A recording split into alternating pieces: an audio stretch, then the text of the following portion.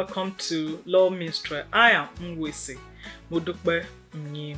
On this episode, we'll be looking at the legal profession as a call. The legal profession as a call. And this episode is so dear to my heart, and its importance actually cannot be overemphasized. What do you view the legal profession as? What you view the legal profession as will determine actually the response you have to the legal profession and how you handle your practice. We'll be looking today at the legal profession as a call. I like to pause here and inquire from you if you are already a member of our community. If you are not a member of our community, kindly join our community by simply clicking on the subscribe button. And if you have enjoyed our videos, please do not keep them to yourself. Share them. Share them by clicking on the share buttons and give us a thumb up by way of encouragement. And you need to talk to someone, or you want to give us a commendation, or you want to give us a hint as to what you would like to be seen on our channel, please do drop a comment in the comment section. Thank you very much. So today we are looking at the legal profession as a call. Are you out there? You are a law student, and you know that many law students come into the profession not necessarily knowing what lies ahead of them.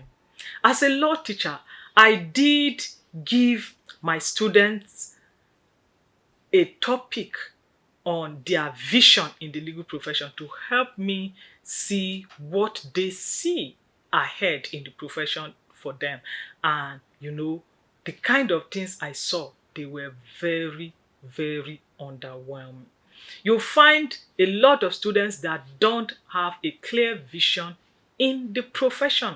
You find some students that came into the profession because they were poor in mathematics and they felt that, oh, this is the only noble course I can do and not need mathematics. You find some students that come into the profession because they feel that the profession will give them a platform to be able to fight some battles for their parents and all of such things.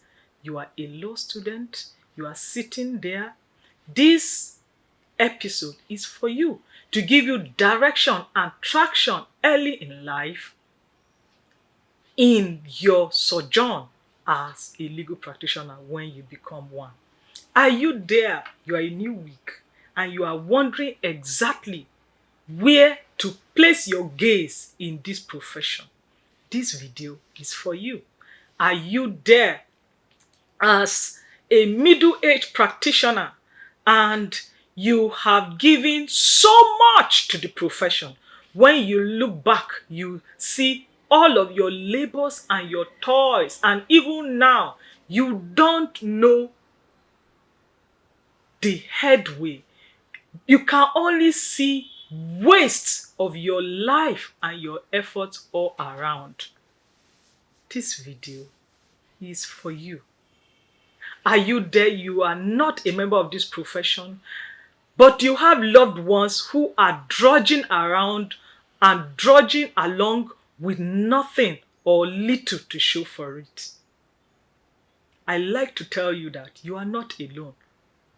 At whatever part of this spectrum that you are, I like to tell you that you are not alone.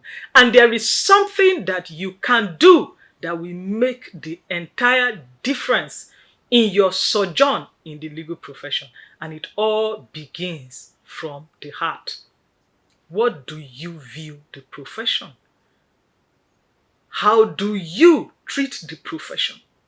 How are you laboring in the profession? The legal profession, actually, it's a call. When it became clear on my mind that I was going to have to do this video on the fact that the profession is a call, I had to do an introspection, and it struck me that actually our all of us, our sojourn in this profession also begins with an actual call. So you see that for each of us who is in this profession, we were called to the esteemed bar. It is not by mistake that actually our sojourn also begins with a call. And indeed, it doesn't end with a call. The entire profession is actually a call. When we say that the legal profession is a call, what we are saying is that the legal profession is not merely a job. Although the profession can get for you what jobs can do for you, but the profession is not a mere means to an end. It's not a mere means to cater for your needs of what you are going to eat, where you are going to live, what type of provision your family is going to have, what type of school your children are going to go to, what type of car you are going to ride or your spouse is going to ride, and what type of status you are going to have in the society. Although the profession can do all of that, but there is a prima purpose the profession is supposed to meet. There is a prima call upon you as a legal practitioner that if you are not able to meet it, all of these other mundane issues are going to phase out. The profession may even be meeting them for you, but you will have a void within you because you are not answering the focal call upon your life as a legal practitioner. So what actually is a call? A call actually could mean so many things. It could mean diverse things. But we are going to need to have traction for this discussion. So I would like to focus on two imports of the call. The first is a call in the sense that somebody shouts out someone's name in order to get the person's attention. So when you shout out someone's name in order to get the person's attention, like I'm going forward and somebody just said, "Nwese," we have to turn back and look towards the direction where I'm being called. That's a type of call to get my attention. Now, as funnily as it may sound, I want to ask you, who called your attention into this profession? Who called your attention into this profession? Whose call into this profession did you answer? It will determine the type of response you will have all through your sojourn in the profession. You know, if there was a certain governor that needed the attention of one of his staff, I won't mention the governor's name or what state that is, but as the governor needed the attention of one of his staff, a high-ranking staff, the man was running after the governor and even tripped and fell and his footwear removed. Do you know that this man stood up, did not bother to dust himself, did not bother to pick up the footwear? He continued running after the governor. You know, it was because of the person that called him. The person that called him determined the type of response he was going to have. Whereas if it was his son or daughter that called him, do you think he would be running after his son or daughter? Who called you into this profession? Or even what called you into this profession? It will determine the response. The way you address issues in the profession is in relation to the who called you. So, in another way, when you say that something is a call, it would mean that it's a demand placed upon your life by a higher authority professionally. And even at that, I will ask you, is there such a demand upon your life? Is there an authority that you are submitted to that has placed a call upon your life in this profession, that this is what you must achieve in this profession for him? If you have such a call upon your life, it will also determine how you are going to handle the profession. So men like Paul, when he discovered that there was a call upon his life, he said that necessity is laid upon me to preach the gospel. Woe betide me if I do not. If there is a call upon your life by a higher being into this profession, you will know that necessity is placed upon you. And that woe betide you if you are not able to accomplish the purpose for which that being called you into the profession. You will no longer wake up and be struggling as to what to eat, what to drink, what house to live in, which estate to live in, which car to buy, whether your children are going to school or whether your children are not going to school. Why? Because there is a higher call upon your life. There are several people that have discovered that there is such a demand upon their life. There are several people that have discovered that there is such a demand on their life. And when you have discovered that there's such a demand on your life, do you know that this sector that we work in would normally say that the court is actually a temple. The court is actually said to be a temple of justice, and every legal practitioner is what? A minister in the temple of justice. What do we minister as ministers in the temple of justice? As ministers, there is a responsibility that is placed upon our lives. We are ministering fairness. We are ministering equity. We are ministering hope. We are ministering life. We are ministering justice to people, to communities, to nations, to dynasties. We are actually not ministering food to ourselves. Do you remember that from men like Peter, we will learn what it means to minister. So at that time in the early church, when rancor began to come out of the church, that some widows were complaining that they were not, that when foodstuff and provisions are being shared in the camp, that they are not giving. The brethren said, no, are we going to leave the ministry that we have towards these people to go and be ministering tables? There were specific things they were supposed to minister to the people. And that is the beginning of the office of a deacon in the church. So they had to raise people whose responsibility was to look to the issue of food. When you have a pressing call upon your life, the issue of food will no longer be an issue to you. Your attention will be on those critical points of ministry you are supposed to give to people.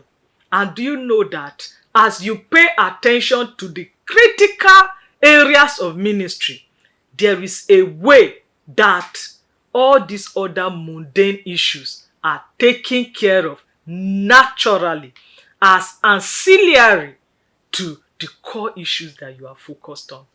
If you are focused on mundane issues, you will not get the core issues. But if you are focused on core issues, mundane issues have a way of tagging along with the core issues of your life.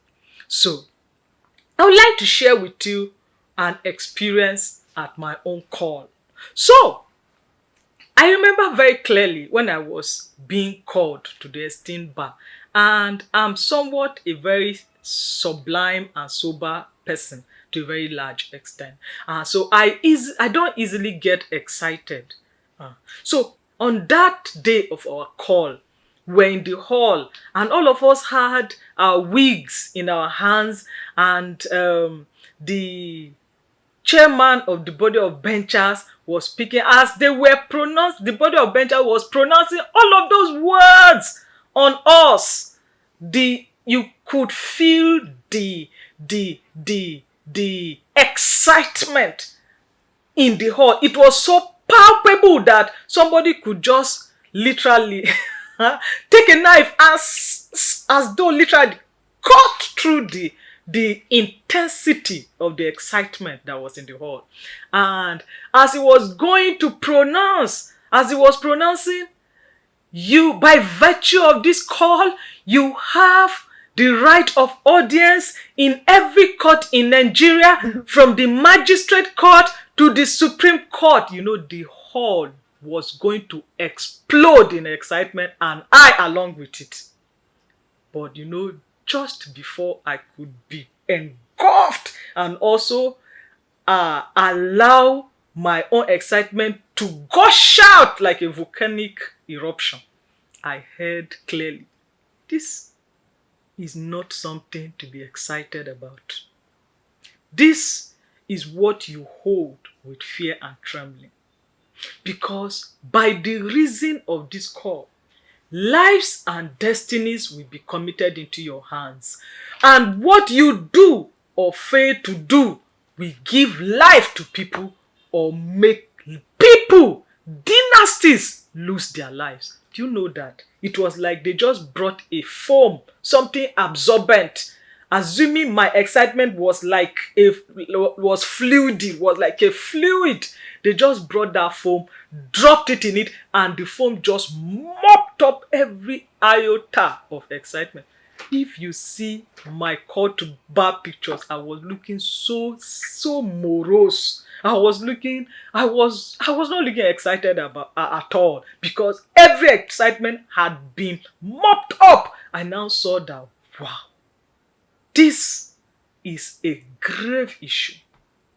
The legal profession, the responsibility that is placed in your hands is a grave issue.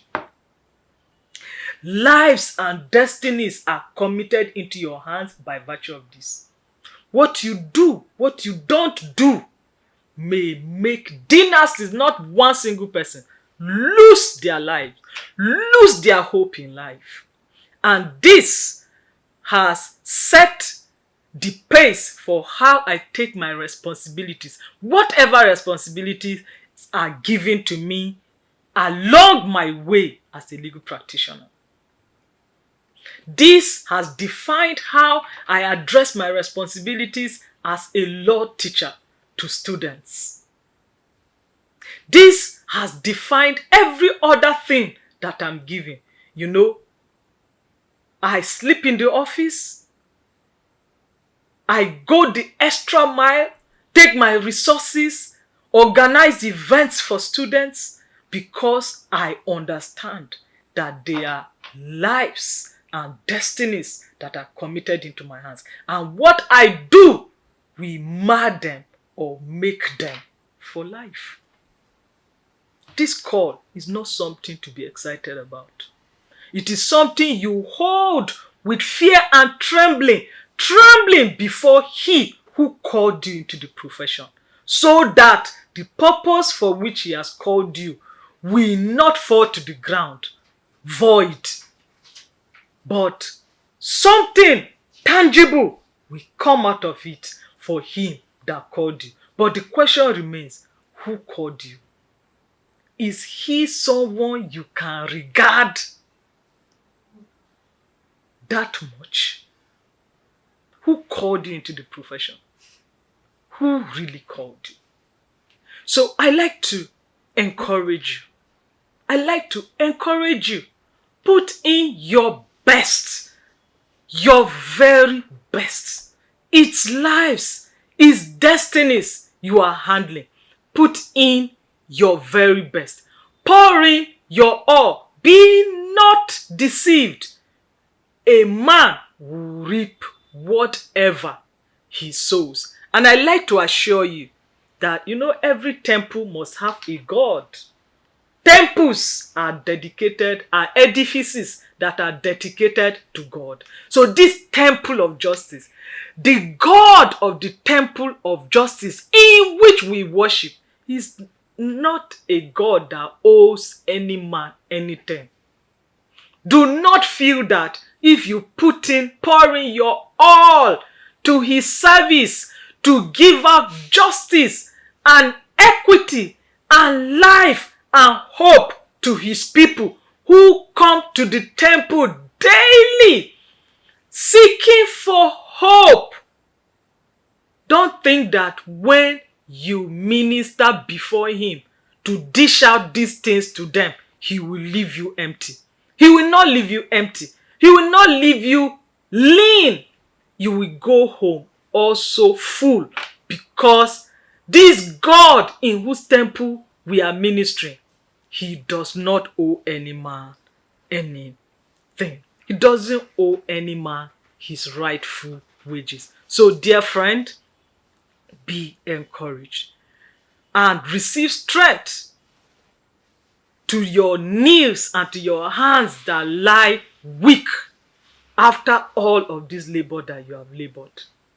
And search for yourself too the type of labor you have labored. Have you been laboring for the God of the temple of justice, or you have been laboring for daily bread?